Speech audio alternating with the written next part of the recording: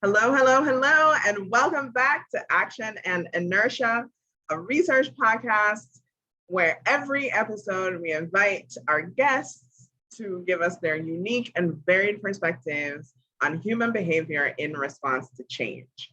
I am your host, Kimberly Logan, and today I am so honored to have with me Truc. Truc, welcome. Thank you for being here. And let's start off with you introducing yourself, letting us know what you're passionate about and where your subject matter expertise lies. Well, my passion and subject matters kind of overlap with each other. So for work, I am a working DJ in Philadelphia. I'm just highly infatuated with anything that has to do with like arts, creativity, dance, music, culture, things of that type of nature. Yeah. Just be arting with me and my friends. Just arty. Art before crime, right? Before crime. Shout out to ABC. Okay. So just to reiterate, the goals of this research podcast are twofold. First, we want to inspire at least one person to actively lean into change. And second, we want to gather information, right? We want to create a database of human experience and opinions that can be used as a reference tool for folks experiencing change. Mm-hmm. So with that said, let's dive right into the three questions that we present to each of our guests. So question number one for you, Truc, is, in the face of change, what motivates a person to action or inertia? I feel like it's a very broad question. It all varies with I guess the person themselves, their environment, and how they were learned, and the things that they have learned throughout the years comparatively to with tying in with their environment. I know there's that whole argument of nature versus nurture, that people often leave out choice as well. Choice is one of those three things, to where yeah, you have your surroundings and how you were raised, but also inevitably you as a singular person, you have your choice to whether abide to these constructs that you grew up into, which is for me, it really hits home because I don't want to say I suffer from, but I am a jokingly victim of Asian parenting, that whole tiger mom, conversation being had, where it's I was raised by a lot of strong Vietnamese women.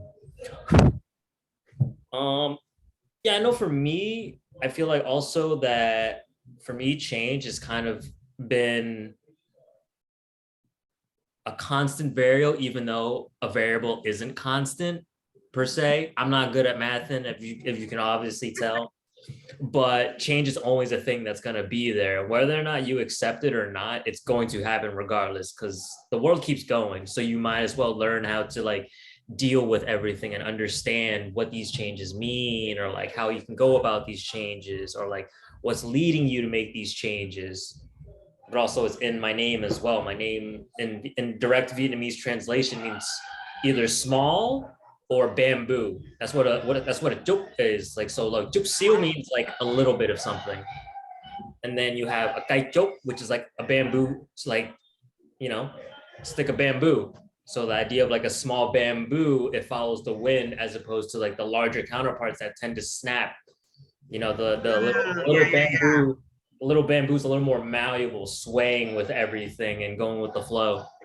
Yeah, I love that. And I love that kind of metaphor for your name. And I love that you introduced the idea of choice, right? That it's not just nature and nurture on their own, but that each of us are led by our choices, right? Because I always say, our lives in the present moment really is a composite. It's the total of all the choices that we've made, whatever state of mind we made them in, whatever, however much information we had at the time.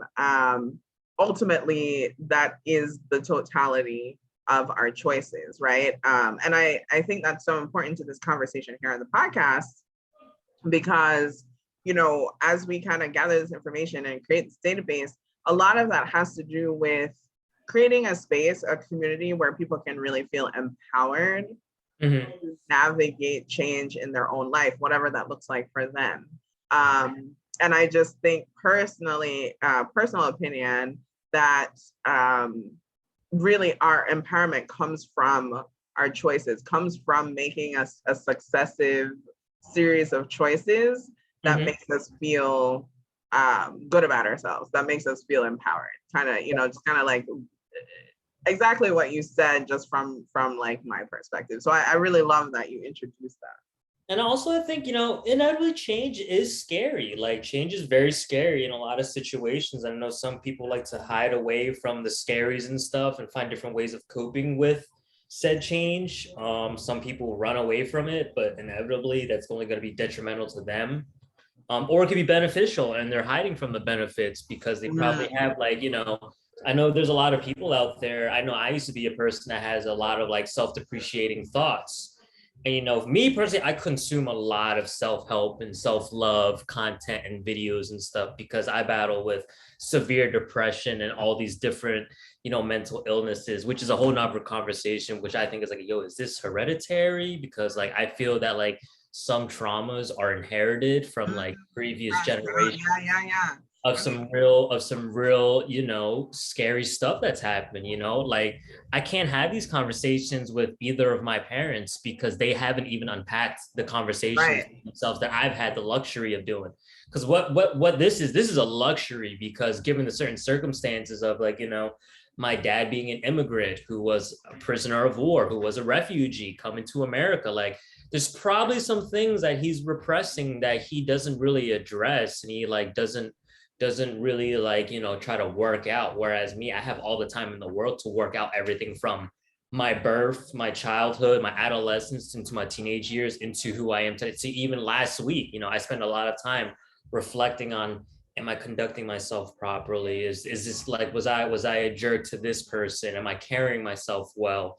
Which are things to where like I overthink these things. Whereas, I see someone that just kind of like YOLO ball in life and just doing whatever under the sun and not have any care in the world, which like I admire that, but also there's kind of like a blissful ignorance in that, to where like, sometimes being too self-aware isn't too great, because then you're paying attention to all the things that you don't really agree with, and it kind of boxes you out, because like it furthers your position of being an outlier. And I've always been an outlier my entire life, and while being an outlier, I've broken down certain things to analyze things and try to figure the whys, which is all around understanding.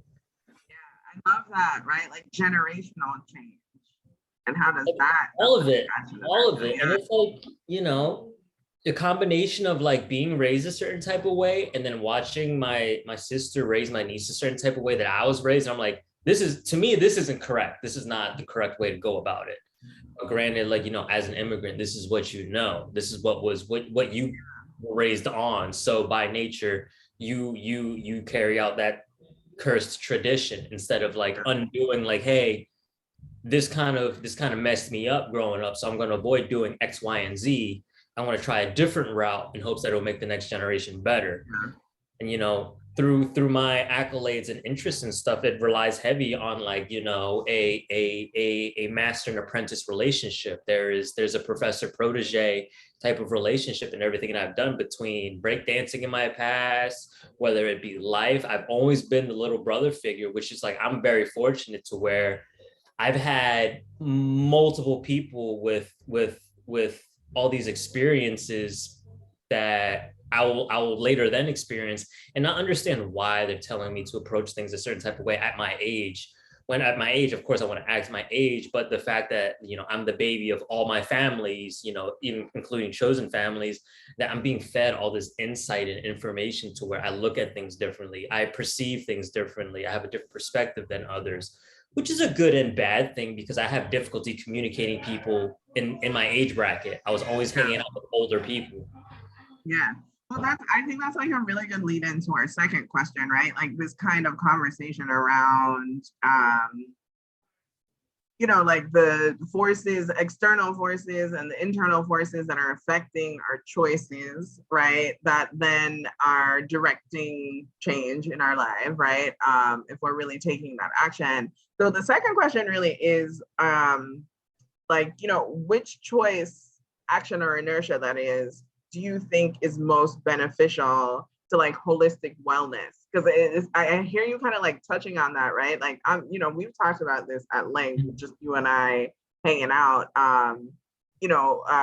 First being a first generation everything, being like a token everything, right? And kind of being inside and outside at the same time. And just like managing that, right? And balancing that alongside like the trauma that comes with that, but also then acknowledging, like you said, the privilege that comes with that. To be in these spaces that like no one else in your family, chosen or otherwise, might be experiencing that.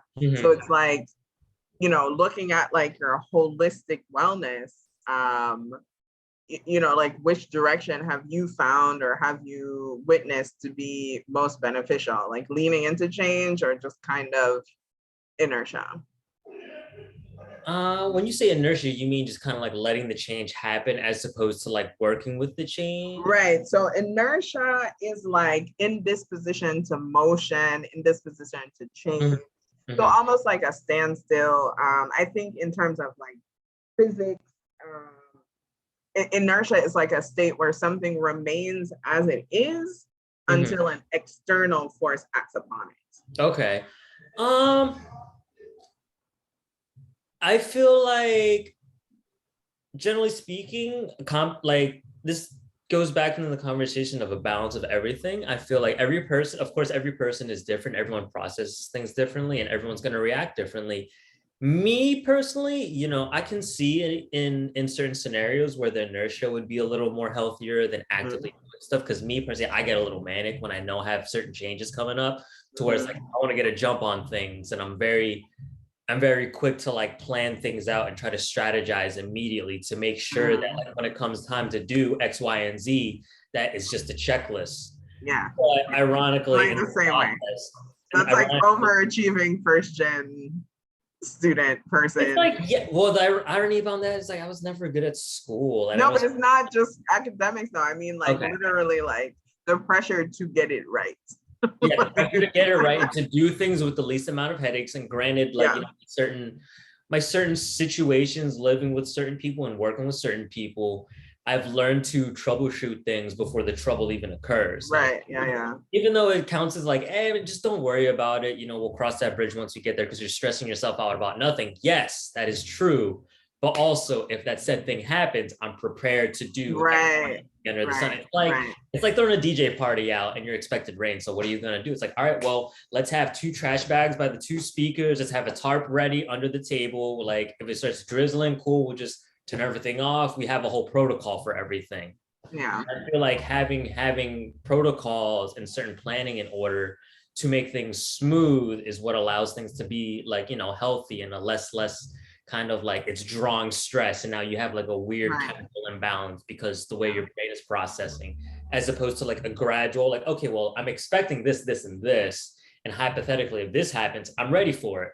Whereas that's like, no, we're just gonna run it and figure it out, and then when the thing is happening and you don't have a protocol in place, then you're scrambling and stressing, and now you're all over the place because you're trying to do this thing that you didn't plan for. Yeah. So I think it varies person to person, and I guess like, in my industry and line of work, like it's always be prepared for anything that goes wrong, or like some things is just experience. It's like, cool, like this gig was a total mess. I know what made it a mess. I know how to prevent the mess later on, you know? And you learn experientially rather, right? I mean, I think of this quote that I can't think of who says it, but it's like, planning is essential, plans are useless, right? Like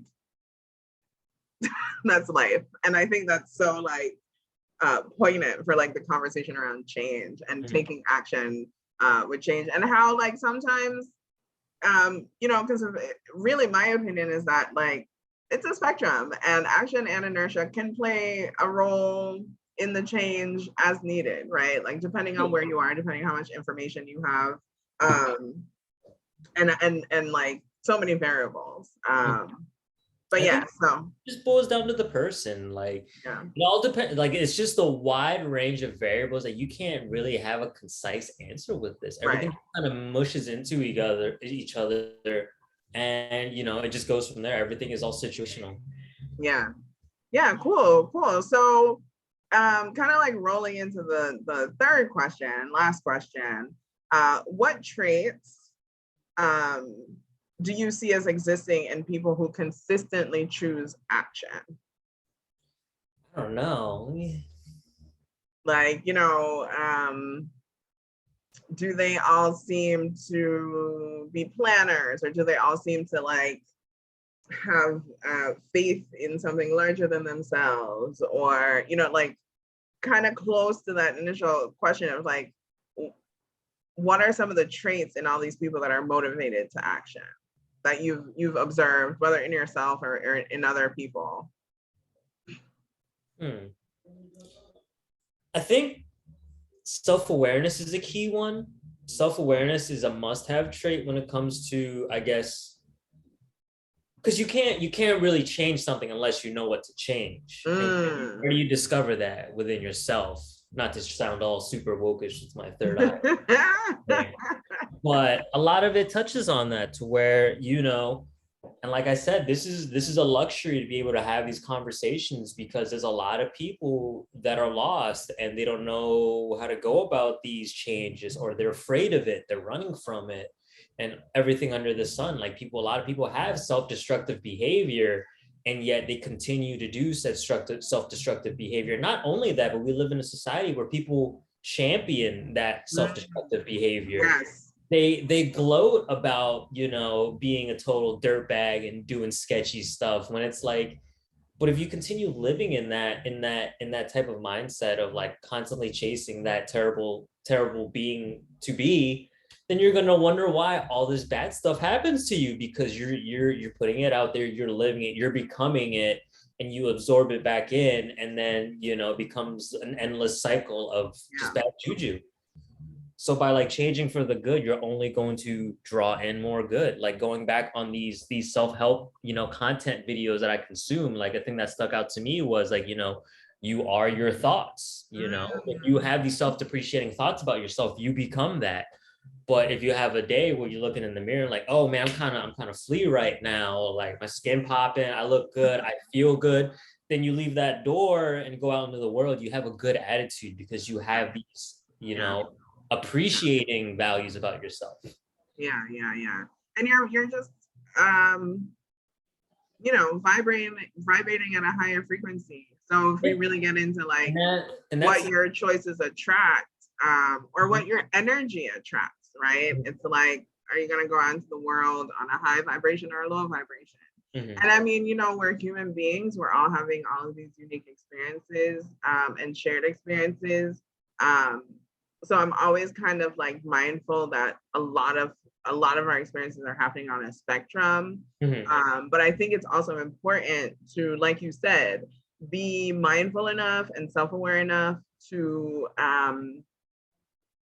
have like an intention, a clear intention, right? Because like, yes, it's gonna swing on the pendulum or on the spectrum, but I think it's important to be empowered in your day-to-day choices and your day-to-day change making, to have an intention of like where you intend to be on that spectrum, right? And accepting that like, as a human being, you won't be there 100% of the time, but I think that intention can be a real saving grace, especially when you're experiencing really scary change that requires like a lot of intense consistency, or like like focus to kind of do something big to change your life. I mean, intention is a big thing. I feel like depending on what your intentions are, will kind of like tip the universal scale in your favor or out of your favor. Like how genuine, like what are you seeking out of this goal right here, and what benefits from it, rather than yourself. And like, to me personally, the way I was raised in my Asian household is it's heavy on respect, it's heavy on so I gotta respect and your intention, like what do you want to do. I know in my family, like even though it was rough, at the end of the day, it was like a tough love situation, to where like My mom grew up basically with no parents. You know, my granddad was executed via communism and stuff like that. My grandmom had to go to city of Saigon, away from the countryside, so my sister was left to take care of her brothers and sisters. So she didn't have a nerd type of love, and the love that she had was a little more abrasive and rough because of the conditions of her upbringing. So when my mom became a mom, she doesn't know how to vocalize certain things properly. Granted, like, you know, there's definitely times where she's super sweet, but in that same breath, she'll get in an argument with you and drop a knife on the table and just be like, just stab me in the neck, and like take it a whole different level where it's like, you bugging out, mama, bugging out. We didn't have to go there. We went there. I'm just gonna respectfully go back to my room. But trauma is real, yo. Trauma is real. I feel that. You know what I mean?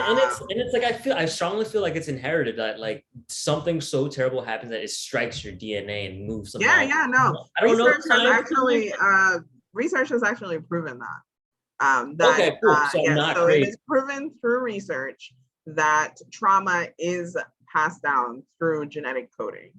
Yeah, and between the crazy shit, because I fully recognize that my hardships that I experience are nothing comparatively to what my family before me had to deal with. And I fully recognize that, which is why I'm very critical of myself when it comes to basic things, where it's like, you know, damn, I couldn't do this. Like, why can't I do this? Why do I struggle with this? Why do I overthink this when you know, my circumstances are a lot easier than, you know, my non-English speaking parents, and, you know, they got their whole thing figured out.